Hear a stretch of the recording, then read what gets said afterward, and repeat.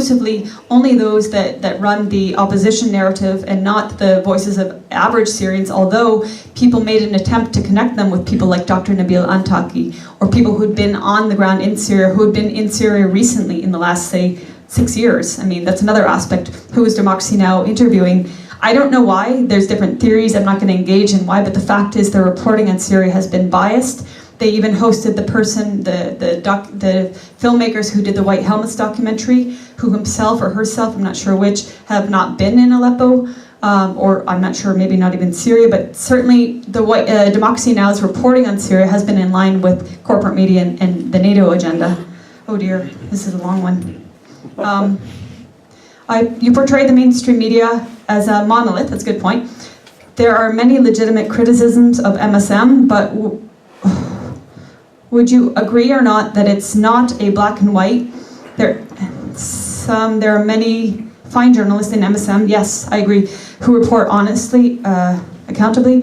For example, would you lump the CBC's four correspondents such as Nala Ayad and Adrian Arsenault, who reports facts and Syrian voices differently than you're portraying? Do you think they're fake news? If so, what would be their motivation? Are they not as smart as you to avoid being manipulated? Anyway, I do think there are honest journalists who manage to get their voices heard in mainstream media. In fact, in the Boston Globe, Stephen Kinzer has written amazing articles on Syria. Very detailed, well-researched. He's excellent. I just want to say that me as a Syrian and many of my Syrian friends, we've requested for the CBC to hear our voices and to be interviewed, and they refused. So that's what CBC is. Yeah, and Dr. Nabil Antaki was interviewed by CBC, and they essentially, I believe they didn't run his interview. He was interviewed by somebody else who took a soundbite of his interview. And on that note, I actually mentioned to some colleagues that I'm boycotting doing interviews with the MSM.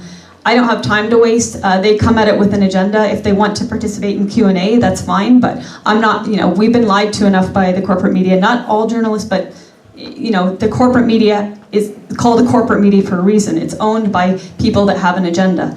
There may be journalists that try to report honestly. Robert Fisk does and doesn't. I don't always agree with what he reports. Some of his reporting is excellent. Some of it is very slanted. So there are some journalists that manage to squeak through. And I think also corporate media has to, from time to time, report some elements of truth, or else people will see through them, eventually. Clearly there is brutality in the behavior of al-Nusra and many of the other factions. Can you speak a little about the ethics of speaking for an hour about the violence of militants with all references to the state being glowing? I didn't say they were all glowing, actually. This makes it sound as though you do not believe Assad is responsible for the deaths and displacement of vast numbers of people, and erases the experiences and words of those Syrians. This is troubling. Surely you do not mean to convey the support of a war criminal. Is that a status on something loose? What changed? Your opinion of the government is relevant, being spread by your platform. In my presentation tonight, I made every effort to convey the Syrian voices that I encountered in Aleppo, and if I had more times, I would have done so in Homs or Ma'lula, where people were assassinated by FSA freedom fighters. And I also said to somebody's question, yes, I'm sure there have been crimes committed. Even the president himself admits there have been mistakes made, crimes committed. The point is, Syria is fighting against terrorists who have flooded the country from 80 or 100 countries. Some are mercenaries who fought in Libya. Others are waging jihad for Palestine in Syria.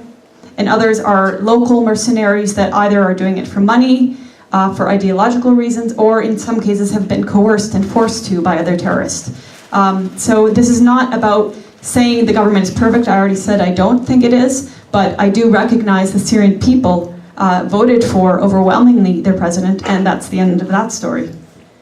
Are you troubled by the protestations of many Syrians, and in particular those who are not of upper class, that Assad's was a regime? Well, I just answered this question, that they wanted ended because of violence, not just corruption. I know that there are Muslim Brotherhood and Wahhabi indoctrinated Syrians that feel that way, and other Syrians that became militants because they were maybe had no actual education. I've been told this by Syrians. This may or may not be true. Again, I'm referring to the Syrians I've encountered in various cities and the overwhelming majority, as indicated even in corporate media at times. You mentioned the bombing of an MSF hospital. Has MSF acted apolitically in Syria, or are they complicit with the corporate media misinformation effort? Thank you. MSF was very definitive that the Quds hospital had been reduced to rubble. MSF doesn't have actual staff on the ground, but they rely on the reports of their Syrian or other affiliates on the ground. So we have to assume they're Syrian, or maybe they're relying on Chechen Syrian rebels. MSF has acted apolitically. It's only been in so-called rebel-occupied areas. And I'd encourage people to look at the article by Rick Sterling on Dissident Voice. It's an open letter to MSF in which he asks why the bias, and he points out many important points. So off the top of my head, and for the sake of time, I can't cite all those, but please look it up on Dissident Voice. How much, in your opinion, does this have to do with the Greater Israel Project? I do agree, it has a lot to do. I'm not an expert, but I do believe that the Zionist ambition for expansion is definitely related to this. Also, if these are jihadists, why have they never attacked Israel? I mean, obviously that would be your first choice. If you're waging jihad to liberate Palestine from the Zionist entity, why has Israel not been attacked? Why are Syrian rebels being treated in Israeli hospitals and greeted by Netanyahu? This is documentable. This is not just me offhandedly saying something. There are photographs and videos showing rebels being treated in Israeli hospitals and dispatched back to Syria through the occupied Golan. The UN Observer Forces, UNDOF, has also documented the interaction between Israeli soldiers and Syrian militants. So definitely Israel has a hand in this. And even top al-Nusra commander, whose name I can't remember, was interviewed by a German reporter sometime last year. He said, yes, we get weapons from the US, we want more. And he said also, essentially, they had a paraphrasing issue, Israel was not a problem for them. Chemical attack at Ghouta was a false flag attack and fake news opinion. It's the Ghouta attack. Immediately after it occurred, all hands pointed at the Syrian government and army, like within hours or days, without conducting an appropriate investigation. And later investigations showed that the missiles or mortars or whatever contained the gas came from rebel-held areas. And again, I referred to Seymour Hersh's article, Who's Sarin, and tracing sarin being delivered to rebels. And there's much documentation that it wasn't done by the Syrian army, but by the so-called rebels. And it came at a time, by the way, almost a year to the day after Obama's Red Line speech, in which he said if chemical weapons are used, then we will have to do something. And that do something was, no-fly zone or invading Syria. So it defies logic to think that even if the Syrian government wanted to, at a time when they were strategically winning in that area, even if they wanted to use chemical weapons as a means of fighting these terrorists or these militants, it defies logic that they would actually do that when they know that this is Obama's Red Line.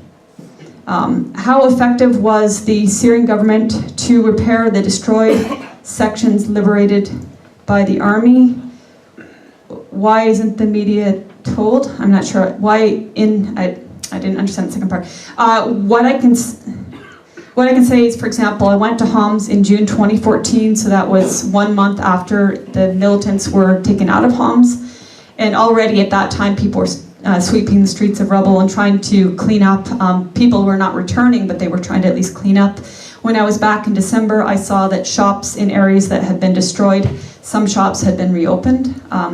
I met with a woman who was a pharmacist, and she'd reopened a pharmacy. Some of the churches had been repaired, not completely, but they were functional. And as with Aleppo, Christmas was being celebrated in Homs. So essentially, and if you're following independent media regarding Aleppo, as soon as these areas were secured, then schools were reopened and people were starting to rebuild their lives. So whenever there is security, people start to rebuild. And of course, the Syrian government does have a hand in this.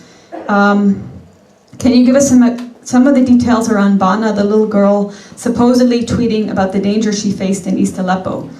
So Bana al-Abid was a 7-year-old girl who was based in East Aleppo and who was tweeting from, I believe it was September 2015, don't quote me on that, but she started tweeting, she came out of nowhere and was tweeting in perfect English with perfect English idioms about the evils that the Syrian government and Russia were doing to them in East Aleppo.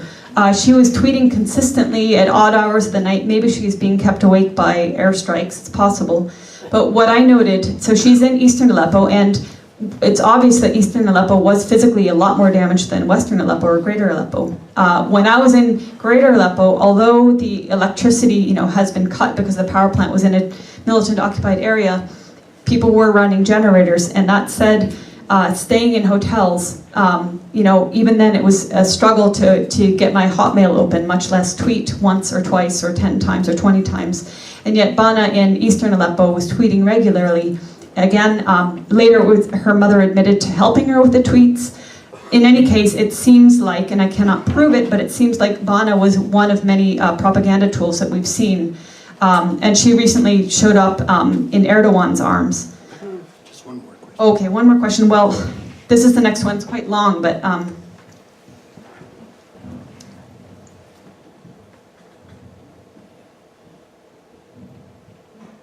okay, well, this one's debunking the thought that Assad was actually elected, so I'll let you guys do the research on that. There's, again, corporate media even has acknowledged that he's popular in spite of them wanting him not to be popular. Yeah, I can't answer this one. Rebels operation headquarters in Amman, a training of rebels in Jordan. I saw them 2 years ago across the highway from refugee camps. So this is somebody speaking about what they've seen. How can Canadians help me? I don't need help, but I think what we can do is really, again, look for many sources. Don't believe what you're hearing in the media. And really, above all, respect Syrian sovereignty. I mean, that's what this is all about.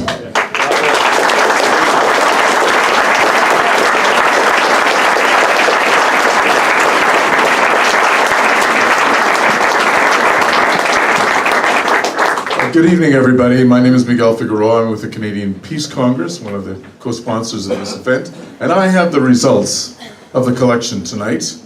I need to know, though, first, do you want the gross amount or the net amount after we subtract all the beer money for the ushers? I'm kidding. So the collection, $1,041.87.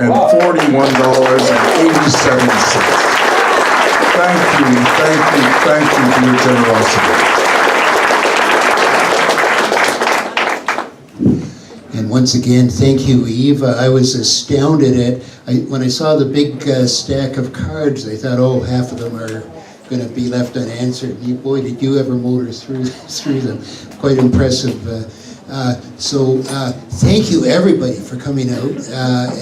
We really appreciate it. I think it's been very valuable to hear Eva's first-hand accounts and stay engaged on this issue. It's a horrible, long war in Syria, and the more we know about it, and the more we act to end it, the better. So thanks again for everybody's attention tonight.